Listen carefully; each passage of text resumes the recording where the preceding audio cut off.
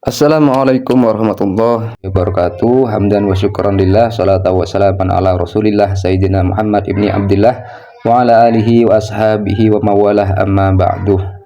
Dalam video ini saya akan menjelaskan tentang siapa Ahlul Bait Nabi Muhammad SAW, karena masih saja ada yang merancukan antara Ahlul Bait dan Habaib. Lalu apakah Habaib itu termasuk Ahlul Bait? Begini, para ulama itu sejak dulu berbeda pendapat soal Ahlul Bait, hingga lahirlah banyak definisi yang saya akan sebutkan. Pertama, Ahlul Bait itu adalah orang-orang yang haram menerima zakat, yakni mereka adalah Bani Hashim dan Bani Muthalib. Ini merupakan pendapat mayoritas ulama dari 4 madhab. Salah satu landasan pendapat ini adalah sebuah hadis sahih, ahlu baitihi man hurrima as-sadaqatu ba'dahu. Artinya, ahlul bait Nabi adalah orang yang diharapkan menerima sedekah. Sedekah di sini adalah sedekah wajib, yaitu zakat setelah beliau, ba'dahu, setelah beliau. Ini pendapat yang pertama. Pendapat yang kedua, Ahlul Bait adalah para istri Rasulullah. Ini merupakan pendapat beberapa ulama seperti Ibnu Abdul Bar, Ibnul Arabi, Az-Zamarkashi, dan ulama yang lain. Dasarnya adalah ada ayat Al-Quran yang menyebut Ahlul Bait itu kepada para istri Nabi Muhammad dan istri Nabi Ibrahim. Itu yang kedua. Yang ketiga, Ahlul Bait adalah para pengikut Nabi Muhammad secara keseluruhan hingga hari kiamat nanti. Pendapat ini didukung oleh sebagian kecil ulama seperti Imam Nawawi dan Ibnu Qudamah. Dasarnya adalah hadis yang memasukkan sahabat Nabi yang bernama Wasilah sebagai bagian dari Ahlul Bait. Pendapat yang keempat atau definisi yang keempat, bahwa Ahlul Bait adalah umat Nabi Muhammad yang bertakwa saja.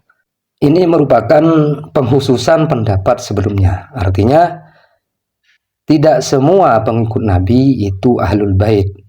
Jadi, menurut pendapat ini, pengikut Nabi yang bisa disebut Ahlul Bait adalah orang-orang yang bertakwa saja. Pendukung definisi ini adalah Imam Ar-Raghib dan As-Sakhawi. Inti dasarnya adalah dalil-dalil yang menjelaskan bahwa pujian-pujian secara umum itu maksudnya hanya pada mereka yang baik dan soleh saja. Berarti bukan semua pengikut Nabi itu disebut Ahlul Bait. Yang kelima, Ahlul Bait adalah Ahlul Kisah. Ahlul Kisah itu orang yang pernah diselimuti oleh Nabi dan didoakan khusus sebagai Ahlul Baitnya beliau. Mereka adalah Siti Fatimah, Sayyidina Ali, Sayyidina Hasan, dan Sayyidina Husain.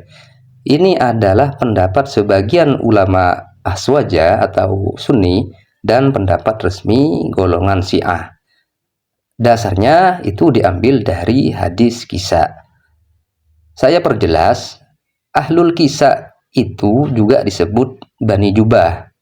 Mereka adalah Nabi Muhammad sendiri, kemudian putrinya yang bernama Sayyidah Fatimah, kemudian sepupu sekaligus menantu beliau yaitu Sayyidina Ali, dan dua cucu beliau yakni Sayyidina Hasan dan Sayyidina Husain. Pendapat atau definisi yang keenam, Ahlul Bait adalah Ahlul Kisah plus para istri Nabi. Ini adalah pendapat banyak ulama yang menggabungkan dalil-dalil pendapat kelima dan kedua yang tadi sudah saya sebutkan.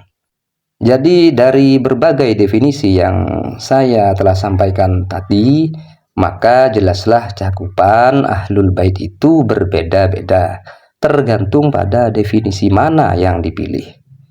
Tapi bila kita memilih pendapat mayoritas ulama, maka para habaib itu jelas merupakan ahlul bait, karena mereka adalah pihak-pihak yang terlarang menerima zakat.